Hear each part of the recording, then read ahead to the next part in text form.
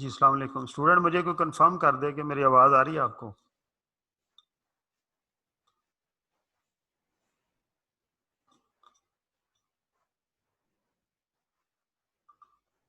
जी मोहम्मद अंस पूछो यार इससे अनस से। चलो किसी और से पूछ लो भाई। आवाज़ आ रही मेरी? जी सर, आपकी आवाज आ यस रही है। ओके ओके, बंद कर दो।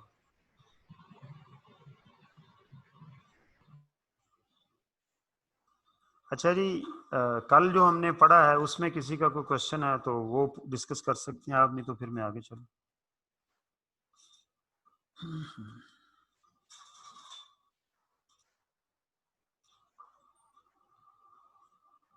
ठीक है जी, आगे चलना चाहिए हमें। ओके।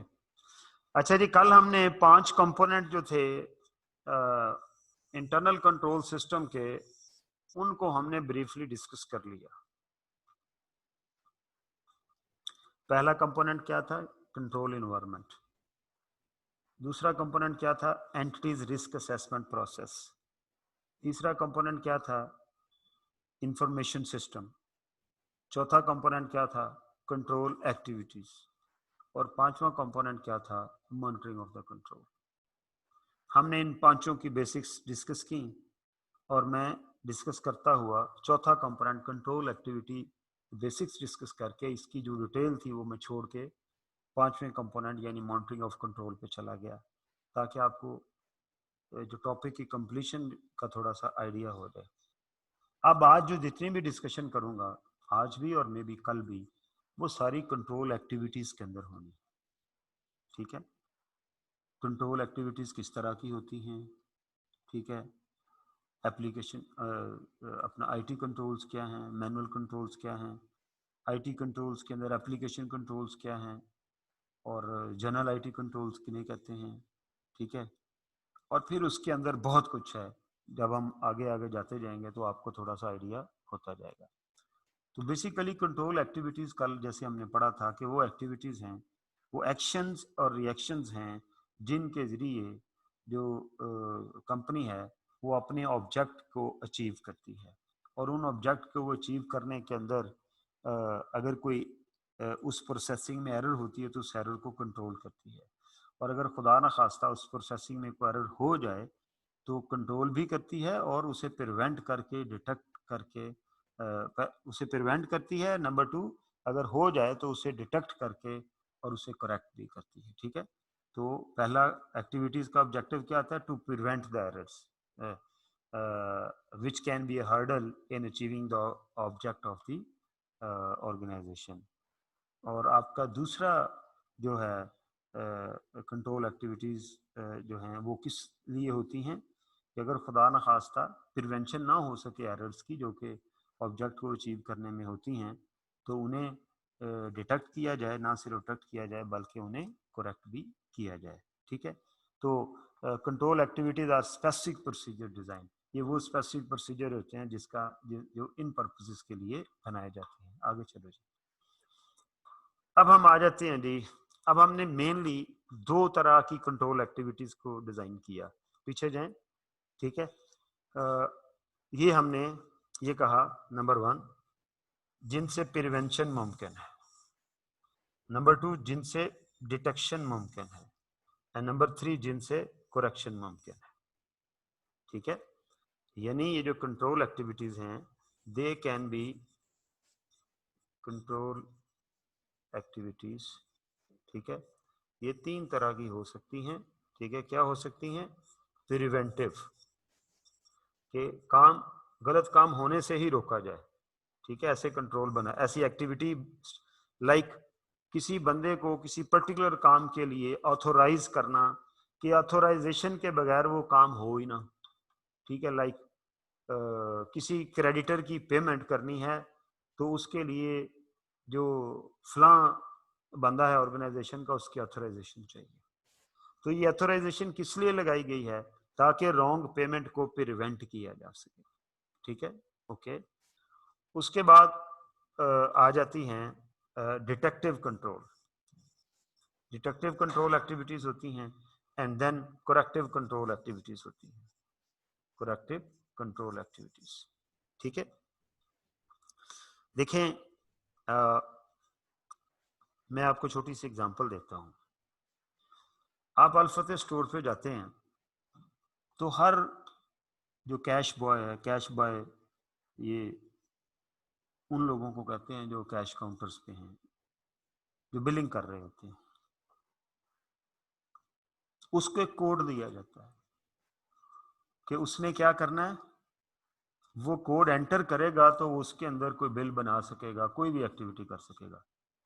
वो जो कोड उसे दिया है वो प्रिवेंटिव कंट्रोल है, ताकि कोई बंदा अनऑथोराइज तरीके से कोई उसके अंदर एक्टिविटी फीड करके माल ना निकाल ले, कि जी कैश दिए बगैर ही स्कैन करके माल निकल जाए, ऐसा ना हो। तो वो जो कोड उसको दे रहे हैं वो क्या है, वो एक प्रिवेंटिव कंट्रोल है कि इस चीज को प्रिवेंट करने के लिए है कि हर कोई उस कैश रजिस्टर पे बैठ के जो है वो लॉग इन ना हो सकता हो। ठीक है, अब सम टाइम क्या होता है, उनसे गलती हो जाती है। उनसे क्या हो जाता है, मतलब जल्दी में वो कोई क्वांटिटी गलत ऐड कर दी, कोई कोड गलत ऐड कर दिया। ठीक है, और अब वो जो गलत कोड ऐड किया, अब उसको वो करेक्ट करना चाह रहा है, उसे पता चल गया कि यार मेरे से गलत कोड ऐड हो गया। ठीक है, तो अब जब गलत कोड ऐड हुआ तो कंप्यूटर उसको ब्लिंक करेगा कि ये जो प्रोडक्ट तुम दे रहे हो ये इसका कोड नहीं है। वो जो कंप्यूटर के अंदर प्रोग्रामिंग हुई हुई है कि वो रॉन्ग कोड को ब्लिंक करता है, वो क्या है, वो डिटेक्टिव कंट्रोल है। अब कंप्यूटर ने उसे, होता है ना, आप कोई ऐसी एप्लीकेशन देखते हैं तो कंप्यूटर क्वेश्चन मार्क दे देता है, वो बेसिकली क्या है, सेल फोन है या कंप्यूटर है, वो क्या है, वो डिटेक्टिव कंट्रोल उसके अंदर को लगा हुआ। आप रॉन्ग पासवर्ड देते हैं तो वो आपसे सही पासवर्ड मांगता है, वो क्या है, वो कोई अंदर डिटेक्टिव कंट्रोल लगा हुआ है। आपका दिया हुआ पासवर्ड जो उसके पास पासवर्ड है उससे मैच नहीं कर रहा, तो वो डिटेक्ट कर देता है, तो वो एक कोई कंट्रोल अंदर लगा हुआ है जिससे वो डिटेक्ट हो जाता है।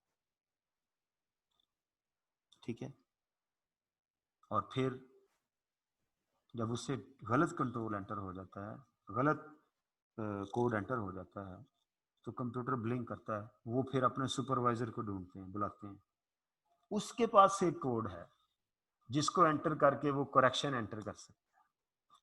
वो जो सुपरवाइजर का कोड है वो क्या है, वो करेक्टिव कंट्रोल है। ठीक है, यानी ऐसे एक्टिविटीज जो गलती होने ही ना दें, इसलिए कंट्रोल, वो कंट्रोल जो इसलिए बनाए गए कि गलती हो ही ना, वो क्या हो गए, प्रिवेंटिव कंट्रोल। ऐसे कंट्रोल जो इसलिए बनाए गए कि अगर गलती हो जाए तो डिटेक्ट हो जाए, वो क्या है, डिटेक्टिव कंट्रोल। और ऐसे कंट्रोल जो इसलिए बनाए गए कि जो गलती हुई और डिटेक्ट हुई तो उसको हमने करेक्ट कर दिया, वो क्या है, करेक्टिव कंट्रोल। ठीक है, अब इन तीनों कंट्रोल्स को वो आगे डिस्कस करने लगा है। चलो जी आगे, ये देखिए, प्रिवेंटिव कंट्रोल, डिटेक्टिव कंट्रोल और करेक्टिव कंट्रोल। पेपर में क्वेश्चन आएगा तो हमें लिखना चाहिए। ठीक है, इसकी उसने कुछ एग्जांपल्स दी हुई हैं। क्या, एडिक्वेट सेग्रीगेशन ऑफ ड्यूटीज, कि मैंने ये काम करना है, फलाने ये काम। तो जो सेग्रीगेशन ऑफ ड्यूटी है ये एक कंट्रोल है। अगर ये तय ना हो कि किस बंदे ने क्या काम करना है, कभी मैं बैंक रिकॉन्सिलेशन बना लूं, कभी अहमद बना ले, कभी ए बना ले, कभी जी बना ले, ठीक है, तो इसका मतलब क्या है, कल को कोई रिस्पॉन्सिबिलिटी लेने के लिए तैयार। तो प्रॉपर सेग्रीगेशन ऑफ ड्यूटी इसलिए की जाती है कि गलतियां होने से रिस्पॉन्सिबिलिटी, गलतियां होने से भी रोका जाए, और कल को अगर पता करना हो कि किसने बनाई है तो वो मतलब डिटेक्ट हो सके। तो ultimately adequate segregation of duty is a preventive control. Proper authorisation of transaction मैंने आपको बताया इज ए प्रिवेंटिव कंट्रोल, कि मैं सेल लेजर का अकाउंटेंट हूं तो मैं सिर्फ सेल लेजर की एंट्रीज कर सकूं।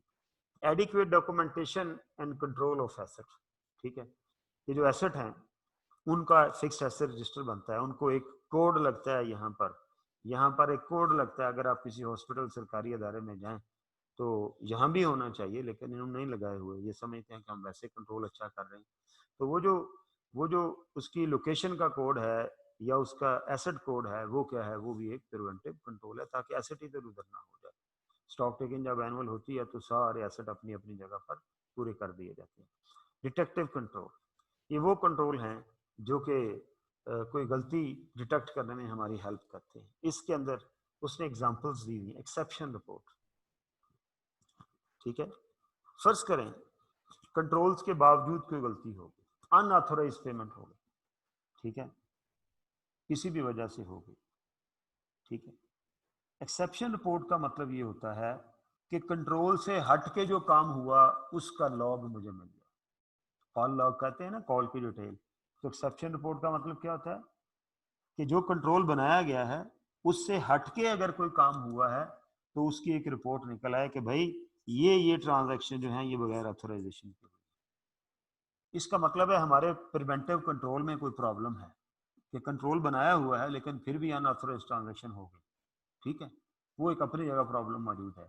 लेकिन मैं अब आपको एक्सप्लेन कर रहा हूँ एक्सेप्शन रिपोर्ट क्या होती है, कि जब कंट्रोल के बावजूद कोई अनऑथराइज ट्रांजैक्शन हो गई तो उनकी जो एक समरी निकलेगी उससे हम एक्सेप्शन रिपोर्ट कहते हैं। तो एक्सेप्शन रिपोर्ट की जो फैसिलिटी पैकेज के अंदर होना, सॉफ्टवेयर के अंदर होना कि जी आपको एक एक्सेप्शन रिपोर्ट मिल सकती है, वो क्या है, वो एक डिटेक्टिव कंट्रोल है। डिटेक्ट हो जाता है कि कौन कौन सी अनऑथराइज ट्रांजैक्शन हुई है। रिकॉन्सिलेशन, ये जो बैंक रिकॉन्सिलेशन बनाते हैं, कस्टमर रिकॉन्सिलेशन बनाते हैं, पेएबल रिकॉन्सिलेशन बनाते हैं, ठीक है, ये क्या है, लाइक रिसीवेबल लेजर और रिसीवेबल कंट्रोल अकाउंट की रिकॉन्सिलेशन बनाते हैं ना कंट्रोल अकाउंट्स के अंदर, पेएबल लेजर और पेएबल कंट्रोल अकाउंट की रिकॉन्सिलेशन बनाते हैं, ठीक है।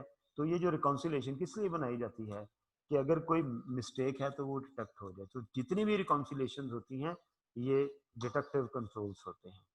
उसके बाद पीरियोडिक ऑडिट्स हैं। Both internal audit and independent external audit are done to detect error. Periodic audit महीने बाद कर लें, 3 महीने बाद कर लें, कोई इंटरनल ऑडिट कर ले, कोई एक्सटर्नल कर ले। इनका मेजर ऑब्जेक्टिव क्या होता है, यदि कोई आपने रेगुलरिटी, कोई एरर तो नहीं है, ठीक है, कोई रेगुलरिटी या non compliance with laws and regulation तो नहीं है, अगर है तो वो आइडेंटिफाई हो जाए, तो इनको हम क्या कहते हैं, we call them detective controls, ठीक है। And then at the end corrective controls, policies and procedures, कि इधर अनऑथोराइज ट्रांजैक्शन कुछ हो गई कंट्रोल के बावजूद, एक्सेप्शन रिपोर्ट में निकली, ठीक है, तो डिटेक्टिव कंट्रोल था exception report, authorisation preventive control था, डिटेक्टिव कंट्रोल क्या हुआ, एक्सेप्शन रिपोर्ट। अब हम ये चाह रहे हैं कि आइंदा ऐसा ना हो, तो वो जो मैं पॉलिसी बनाऊंगा कि आइंदा ऐसा ना हो, वो पॉलिसीज एंड प्रोसीजर जो है, जो एरर को रिपोर्ट और उनको करेक्ट करती हैं, वो क्या है, वो करेक्टिव कंट्रोल्स होते हैं। Training employees on new policies and procedures developed as part of the corrective act, जो अपने स्टाफ की ट्रेनिंग वगैरह करना है कि यार ये देखो ये ट्रांजैक्शन कंट्रोल के बावजूद हो गई अनऑथराइज, तो आइंदा ऐसे ना हो, तो हम उनको जो ट्रेनिंग देंगे वो भी एक किस्म का करेक्टिव कंट्रोल होगा। Positive discipline to prevent employees from making future errors. Positive discipline का मतलब ये होता है कि डंडा लेकर नहीं कहना। पॉजिटिव डिसिप्लिन का मतलब होता है कि सेंस ऑफ रियलाइजेशन के जरिए लोगों को ये एहसास दिलाया जाए कि यार ये हमसे गलती हुई और आइंदा ये नहीं होनी चाहिए। तो वो जो पॉजिटिव डिसिप्लिन मेंटेनेंस है वो भी क्या है, करेक्टिव कंट्रोल।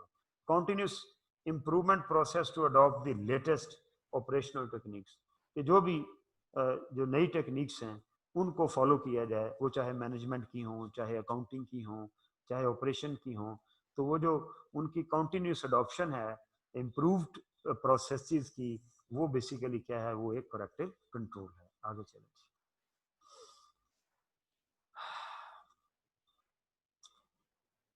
अब आ गया जी कैटेगरीज ऑफ इंटरनल कंट्रोल, वो थी टाइप्स ऑफ कंट्रोल एक्टिविटीज, ठीक है। अब है कैटेगरीज ऑफ कंट्रोल एक्टिविटीज, ठीक है। इंटरनल कंट्रोल्स यानी कंट्रोल एक्टिविटीज क्या है, कंट्रोल्स, इंटरनल कंट्रोल्स, उनकी जो कैटेगरीज हैं वो क्या क्या है, ठीक है, मतलब वो किस शक्ल में हो सकते हैं, वो टाइप्स थी, ये कैटेगरीज हैं, ठीक है। वो टाइप्स थी with reference to their nature, वो टाइप्स थी with reference to their nature, ये टाइप्स हैं with reference to their procedures. तो पहली टाइप है परफॉर्मेंस रिव्यू। दूसरी टाइप है इंफॉर्मेशन प्रोसेसिंग, तीसरी टाइप है फिजिकल कंट्रोल, चौथी टाइप है सेग्रीगेशन ऑफ ड्यूटीज। ठीक है, आगे और भी परफॉर्मेंस रिव्यू, आगे चलो जी। ठीक है, और आगे पीछे, बस ठीक है, आगे उसने इसको एक्सप्लेन किया हुआ, आगे चलो पीछे, सॉरी सॉरी सॉरी पीछे, यहाँ परफॉर्मेंस रिव्यूज। ठीक है, कहता है जी management time to time performance reviews करती है। ये जो परफॉर्मेंस रिव्यू है ये कंट्रोल एक्टिविटी है। ठीक है, आपके जो बजट्स हैं, फोरकास्ट हैं, एस्टिमेट्स हैं, वेरिएंस एनालिसिस हैं, कंपैरिजन डिफरेंट करंट ईयर के पिछले पीरियड के साथ, करंट ईयर के बजट के साथ, ये जो डिफरेंट किस्म के कंपैरिजन हैं इनको हम परफॉर्मेंस रिव्यू कहते हैं। These include review and analysis of actual performance against budget, forecast, and prior period performances. Most of these controls activities will be performed by management and are often referred to as management control. और उन्हें हम management control कहते हैं, management controls कहते हैं। They include supervision of management of the work of subordinates, ये जो हम सुपरविजन करते हैं ये परफॉर्मेंस रिव्यू है। Management review of performance and control reporting including management accounting techniques such as variance analysis. Variance analysis जो है it is a basically performance review. What we do in variance analysis, हम compare करते हैं budgets को actual result के साथ और unusual fluctuations निकालते हैं। ना सिर्फ अनयूजुअल फ्लक्चुएशन निकालते हैं बल्कि उनका डिस्पोजल भी तय करते हैं कि वजूहात फाइंड आउट करते हैं। ना सिर्फ वजूहात फाइंड आउट करते हैं बल्कि वो स्टेप्स भी लेते हैं जिनसे वो फ्यूचर में ना हो।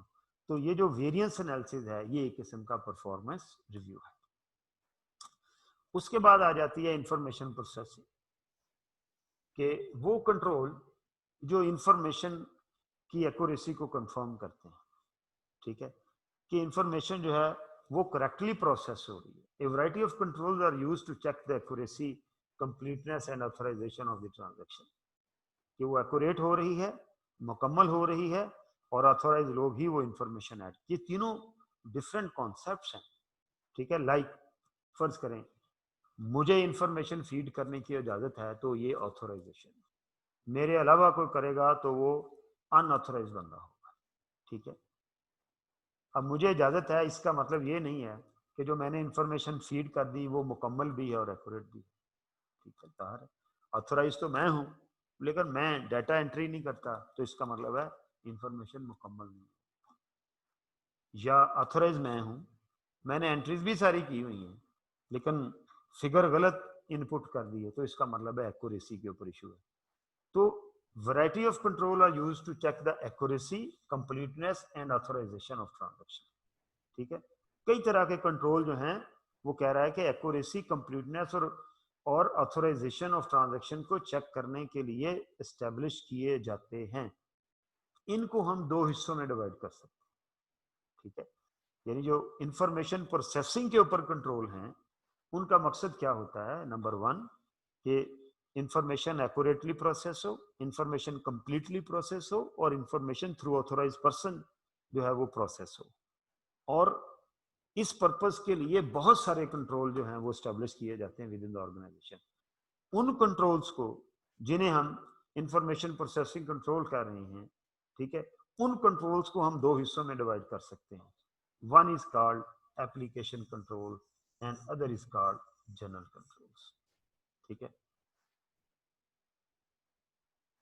इस डिस्कशन के अगले हिस्से में इनके ऊपर बहुत डिटेल से बात होगी।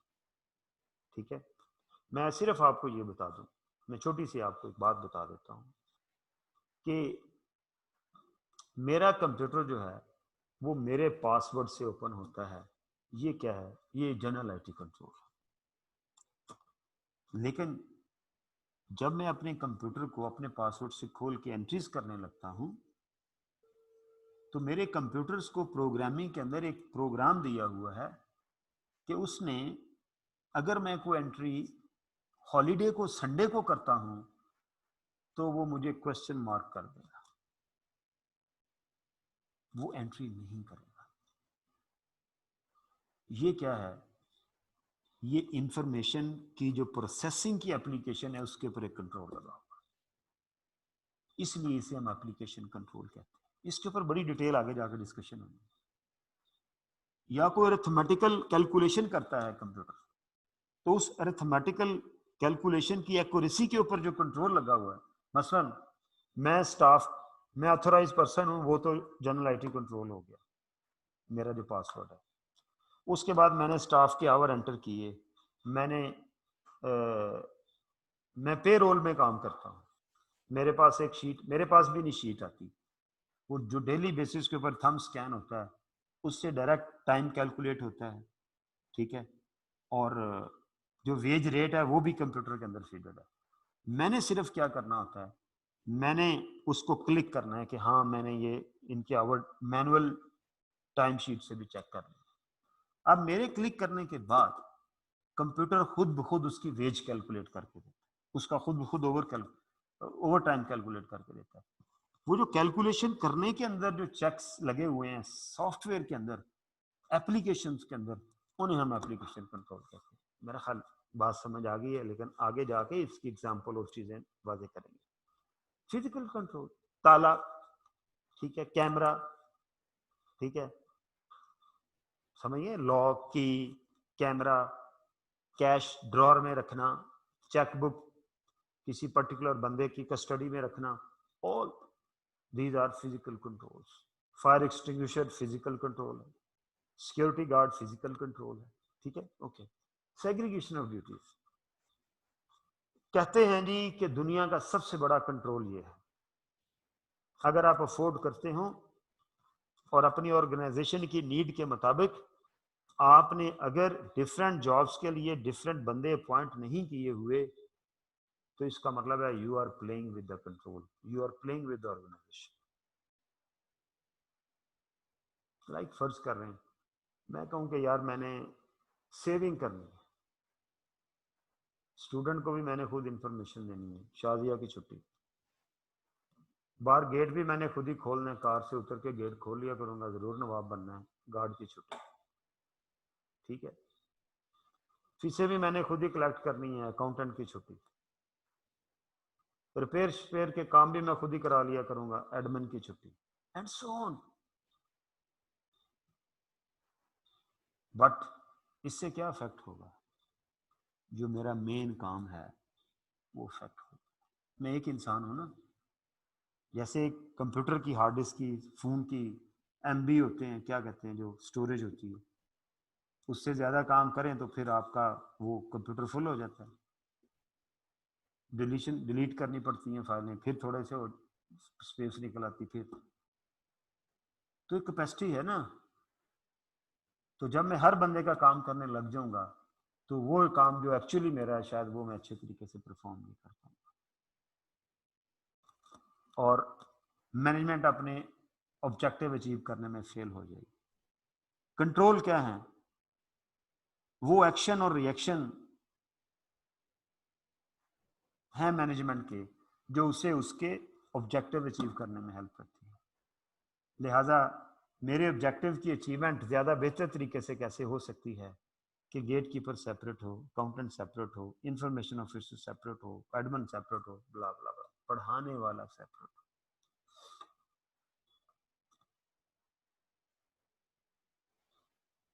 लिहाजा सेग्रीगेशन ऑफ ड्यूटी जो है कि लोगों में काम डिवाइड हो कि ये इसका काम है, ये इसका काम है, इसका काम है। इसका एक और बड़ा फायदा है, you can fix the responsibility. अगर सेग्रीगेशन ऑफ ड्यूटी नहीं होगी, मसलन रिसीवल में कभी एंट्री मैं कर रहा हूं, कभी अली कर रहा है, कभी जैद कर रहा है, कभी बकर कर रहा है, सबको ऑथोराइज किया हुआ है, तो हाउ यू विल फाइंड, मतलब अगर आपका सीधा सीधा सिस्टम है और एडवांस सिस्टम के अंदर भी पता चल सकता है कि ये किसने की हुई है, ठीक है। लेकिन अगर आपकी बहुत ज्यादा एक्स्ट्राऑर्डिनरी आईटी की एक्सपर्टीज नहीं है, आपकी कंपनी के अंदर इतना खर्चा कंपनी नहीं किया हुआ, तो रिसीवेबल फाइल की एंट्री करने के लिए 4 बंदों को आपने ऑथोराइज किया हुआ, सबको एक ही कोड दिया हुआ, अब हाउ यू विल फाइंड कि ये सबका एक ही कोड है कि ये वाली एंट्री गलत की गई रिसीवर लेजर के अंदर, ये किसने की?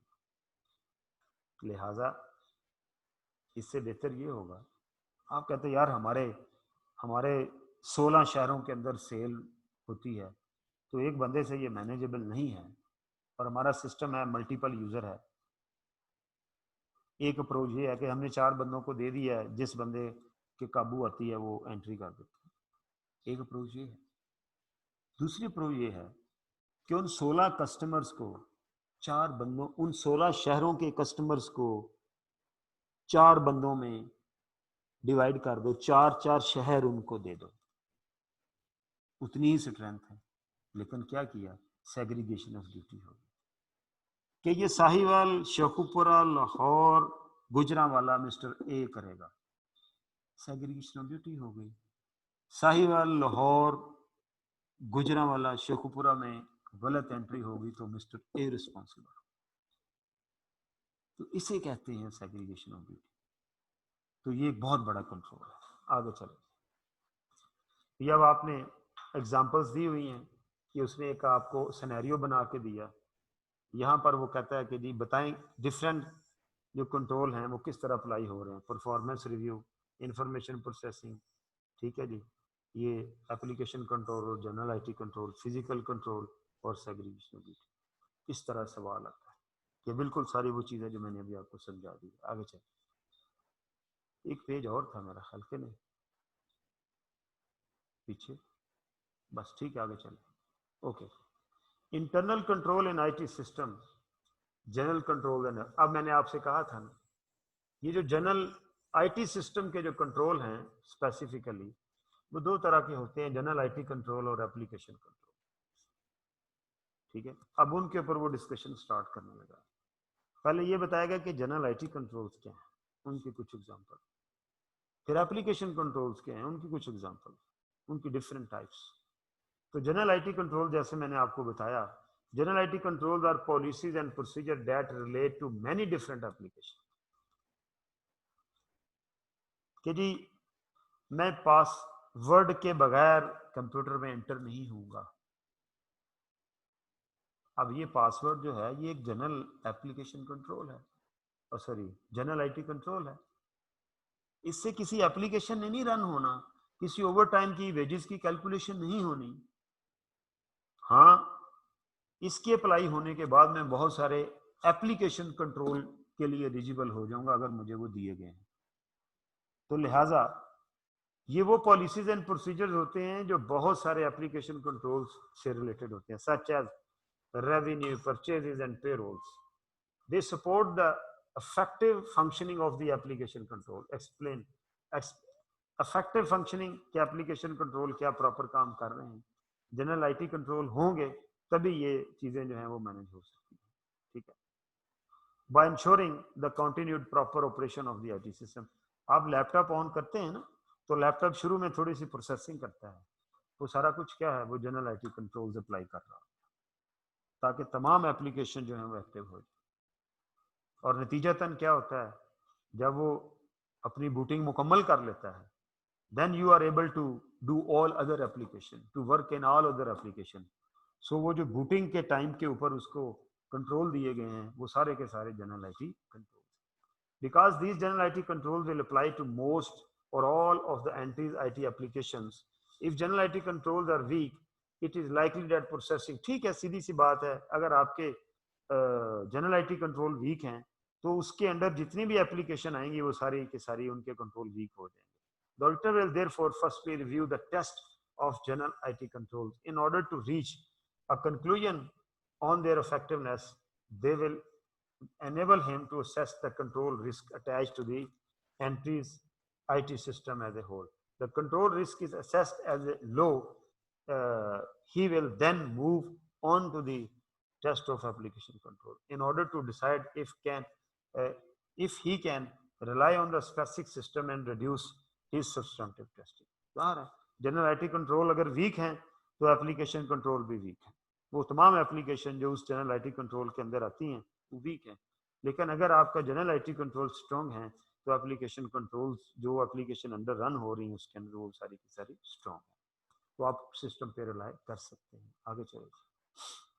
Many of the general control apply to large computer system, ठीक है ये उसने बताया है, लेकिन स्मॉलर एंटिटीज के ऊपर भी बहरहाल कोई ना कोई जनरल आईटी कंट्रोल्स अप्लाई होते हैं।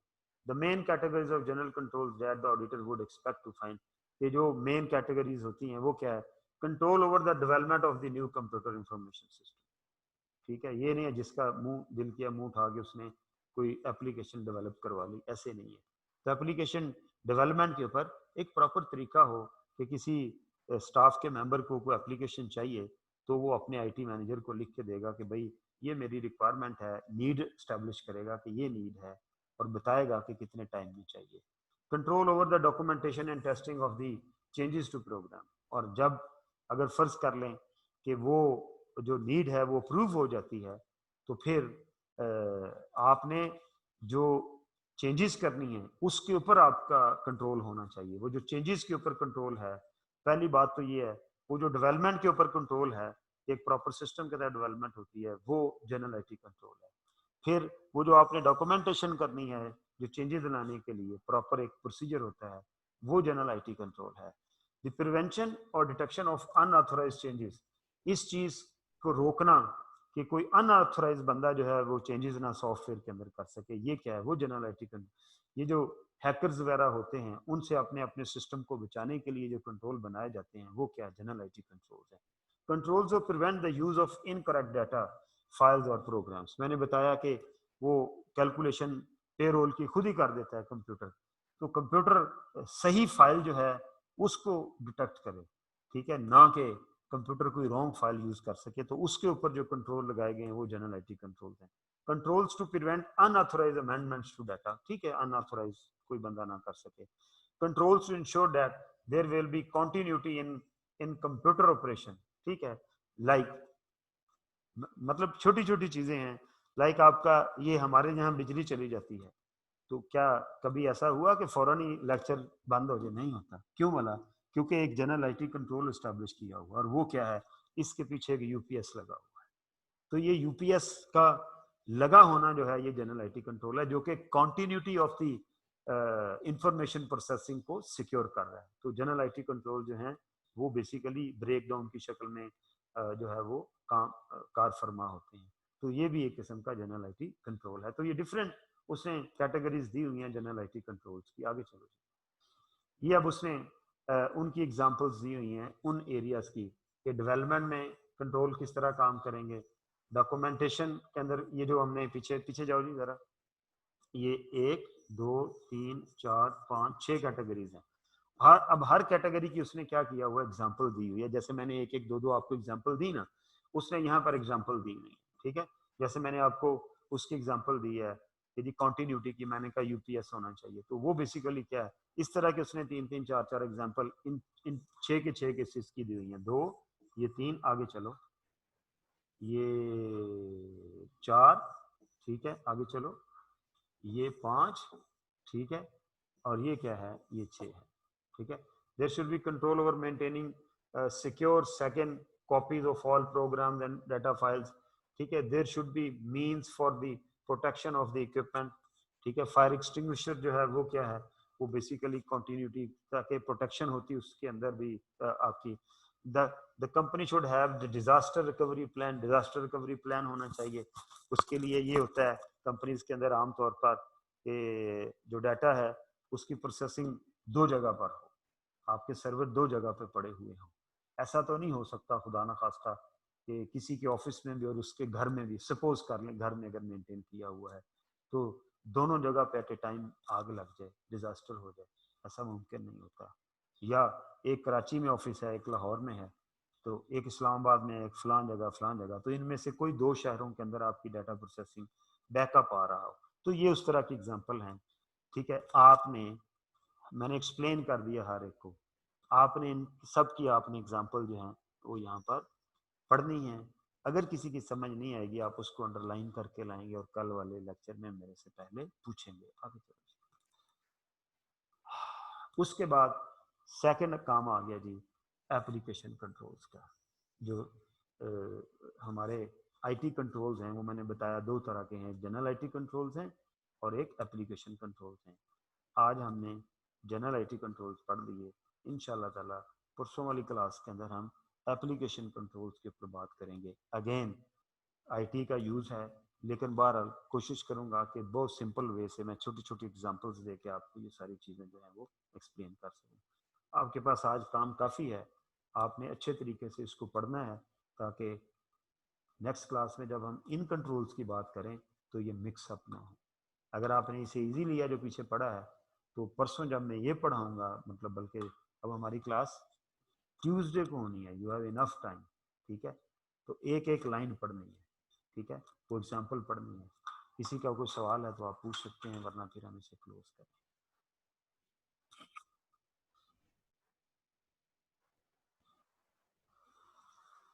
ठीक है जी, थैंक यू वेरी मच। अल्लाह मियाँ आपको और हमें अपनी ईमान में रखे। कोशिश कीजिएगा घर पे रहें, क्योंकि घर पे रहेंगे तो महफूज रहेंगे। Thank you.